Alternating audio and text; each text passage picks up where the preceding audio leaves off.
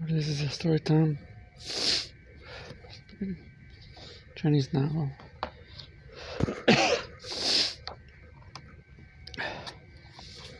So I used to check out books.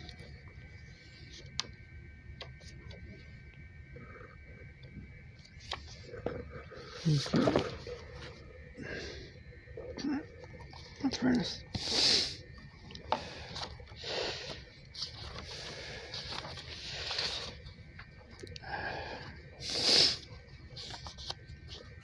When I came to consider what I should say today, it seemed that it would be wrong not to speak of China.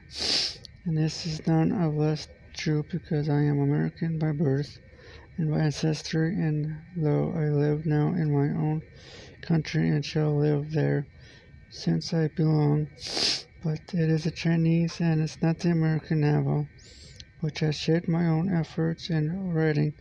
My earliest knowledge of history, of how to tell and write stories, came to me in China.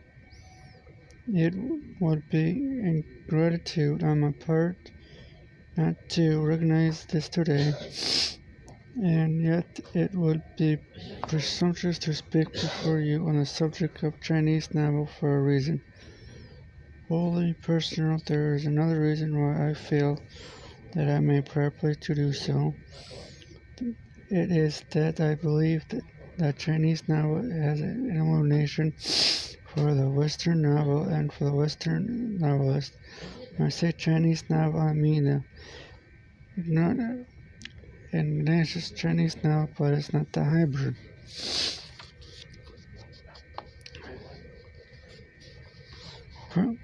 However, product novels of the modern Chinese writers who have been too strongly under foreign influence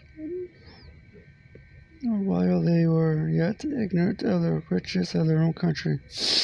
The novel in China was never an art and was never so considered, nor did any Chinese novelist think of himself as an artist. Chinese novel, its history, its scope, its place in the life of the people, so that the virtual place must be viewed in the strong light of this one fact. It is a fact no doubt strange to you, a company of modern Western scholars who today so generously recognize the novel. But in China, art and the novel have always been widely separated. There is literature as an art as extraordinary property of the of the scholars, and art they made for each other according to their own rules, and they found no place in its novel. They held a powerful place, those Chinese scholars, philosophy and religion and letters of literature by of culture, classical rules, and propose them all. For they alone possessed the meanings of learning, since they alone knew how to read and write. They are powerful enough to be feared even by emperors.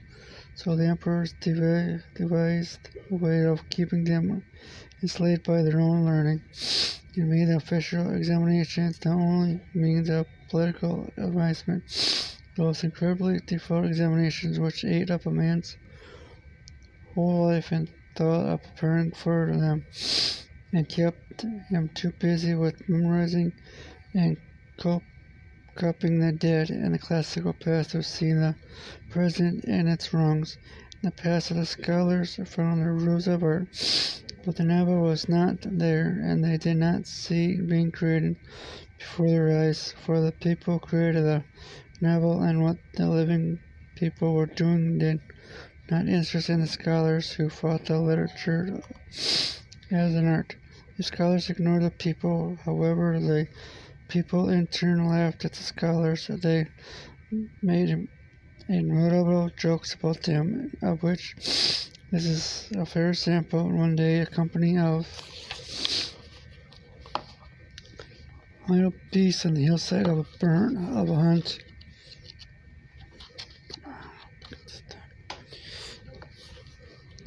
They bargained with each other to go out and hunt all day and meet again at the end of the day, to share what they had killed at the end of the day. The only trigger returned with nothing. When they asked how this happened, he replied very dismally, "I thought I met a schoolboy, but he was, I feared, too callow for his taste. I met no more until noon, when I found a priest, but I let him go, knowing him to be full of nothing but wind. The day went on, as I grew desperate, for I passed no one. Then as dark came, I found a scholar, but I knew there was no use in bringing him back, since he would be so dry and had that he would break our teeth if we tried them on him. Scholars as a class has long been a finger of fun for Chinese people. He is frequently to be found in their novels, and always he is in the same as indeed he is in his life for luxury study of the same dead classics in their formal competition has really made all Chinese scholars look alike as well as we think alike. We have no class to parallel him in the West, Vegels perhaps only, but in China he has class. Here he has compromised the people to see him. Small shrunken figure with a bulged forehead, a pursued mouth of no nose and one snub and pointed and small igneous eyes behind spectacles, a high pedantic voice, always annoying rules that do not matter to anyone but self-made, boundless, self-contract, a complete scorn not only of the common people but all of other scholars, who fingered along shabby robes, moving with a seven-pegway walk. When he moved at all, he was not to be seen except at literary gatherings. For the most of the time he spent reading dead literature and trying to write more like it. He hated anything fresh or original, for he could not calculate it in any of the styles he knew. If he could not calculate it, but he was sure it was not great, and he was confident that he only was right. If he said, "Here is an art," he was convinced it was not to be found anywhere else.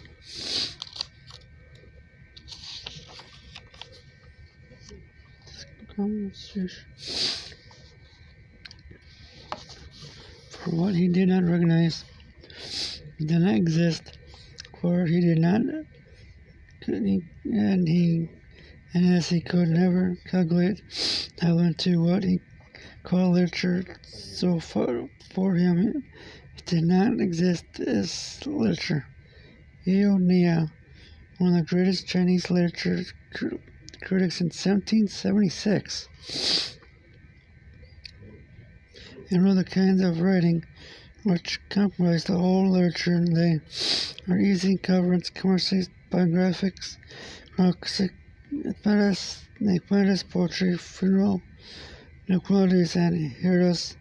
No novels you perceive, although by that date of Chinese novel had already reached its glorious height after centuries of development among the common Chinese people. Nor did that the complication of Chinese literatures Su Ku Chen Su made in 1772 by the order of the great emperor Chai Lung contain the novel in the encyclopedia of its literature proper. Now, happily for the Chinese novel, it was not considered by the scholars of literature. Happily, too, for the novelist, the man and book, they were free from criticisms of those scholars and their commentaries of art, techniques, extraordinary precision, and their talk, literary services, and all the discussions of what is not art, and if art were absolute and not changing thing. It's fluctuating even within decades. The Chinese novel was free. It grew it like out of its own soil. The common people nurtured it by the hardness of sunshine, popular, proven, and untouched by the cold and frosty winds. Scholars are Emily Dickinson, the American poet, once wrote, "Nature is a haunted house, but art of a house that tries to be haunted." Nature, she said, is what we see. Nature is what we know, but have art to say. So impatient our wisdom is to her simplicity. No, if Chinese scholars ever knew of the growth of the novel, it's only to ignore it the more consciously. Sometimes, unfortunately,